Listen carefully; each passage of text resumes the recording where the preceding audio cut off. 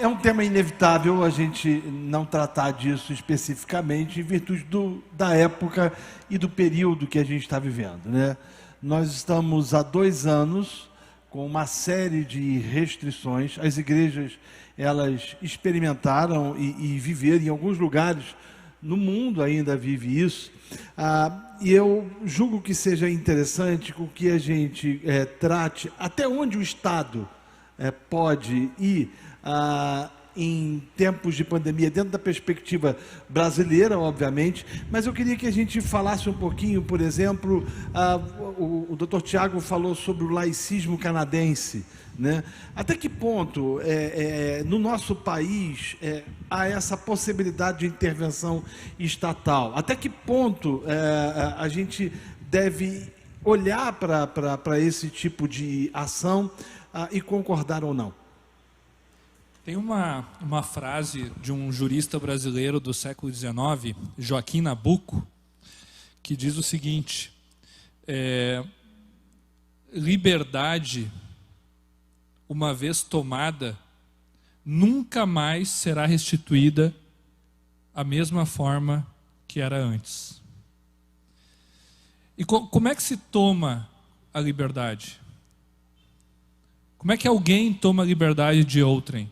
Se esse alguém deixar. Então, nós vivemos um momento no Brasil que existe uma tensão muito grande e que existe um movimento muito forte para se tomar a liberdade das pessoas que são religiosas. Não só evangélicos, católicos. Existe esse movimento hoje, na prática. Porque, teoricamente, o Estado constitucional brasileiro é um Estado que consagra a liberdade religiosa, a liberdade de crença, e é modelo para o mundo. Eu já ouvi isso fora do Brasil várias vezes, que o modelo brasileiro, presbítero Solano, é exemplo para o mundo, pelo menos na teoria. Mas este movimento que está tentando tomar as nossas liberdades é um movimento que pode ainda ser suprimido ou pode ser rechaçado. Depende de nós. Depende de nós não aceitarmos. Teoricamente, pelo Estado constitucional brasileiro, pelas leis brasileiras, a única forma de restrição à liberdade religiosa aconteceu na pandemia e é autorizada. Aí, de repente, pastor Renato, o pessoal aqui já ficou: como assim? Então pode fechar templo na pandemia? Eu não disse isso. Eu disse que existe uma autorização do direito constitucional que, quando existe colisão de direitos fundamentais, termos restrições. Porque, presbítero Solano, não existe hierarquia de direito fundamental. Não tem um direito fundamental superior ao outro. Todos os direitos são fundamentais, são fundamentos. Então, e assim são consagrados na Constituição brasileira. Então não existe um direito mais fundamental do que o outro. Mas e quando eles entram em choque, o que se faz?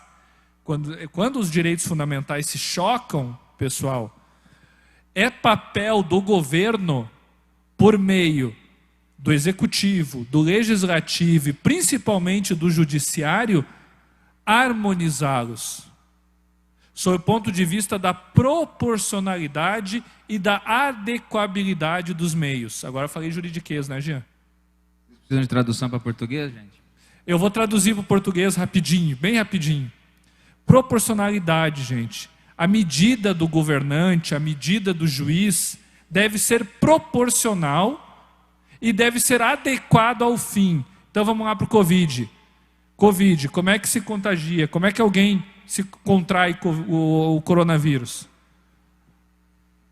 Como, pastor Renato? Contato, né? Contato. Então, como é que você faz para reduzir, para mitigar, diminuir, evitar? Evita o contato. distanciamento social, 1,5 m, 2 metros, uso de máscara, álcool gel, porque o álcool gel mata o vírus. Então, como você de forma proporcional e adequada mantém a liberdade de culto, o governante vai dizer o seguinte, o juiz vai dizer o seguinte: olha, a igreja pode ficar aberta desde que os membros fiquem distanciados um dos outros usando máscara. Existe restrição à liberdade de culto, pastor? Existe, né? Por quê que existe restrição? Porque a igreja vai ter menos pessoas dentro da igreja, porque vai ter que estar separado. As pessoas vão ter que orar e cantar com máscara, que é muito ruim, né? Não vou poder abraçar os irmãos, aquele momento de comunhão gostoso que a gente tem na igreja. É restrição. Mas, por outro lado, o culto vai ser mantido.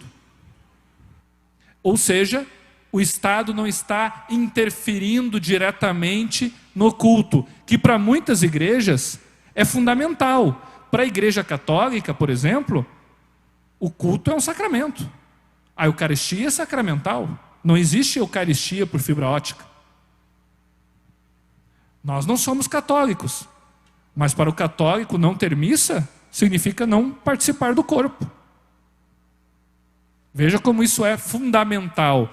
Então, respondendo a sua pergunta objetivamente, se restringe, mas não a ponto de extinguir o culto, terminar o culto. Então não existe autorização. O que foi feito no Brasil foi uma violência parecido com o laicismo. E agora, pasmem, o Conselho de Estado francês, durante a pandemia, julgou, dizendo que não podia fechar as igrejas, mesmo com pandemia. O nosso Supremo disse que podia fechar, numa laicidade colaborativa, contra a lei. Na laicidade francesa, que é esse laicismo, o Conselho de Estado disse que não podia fechar.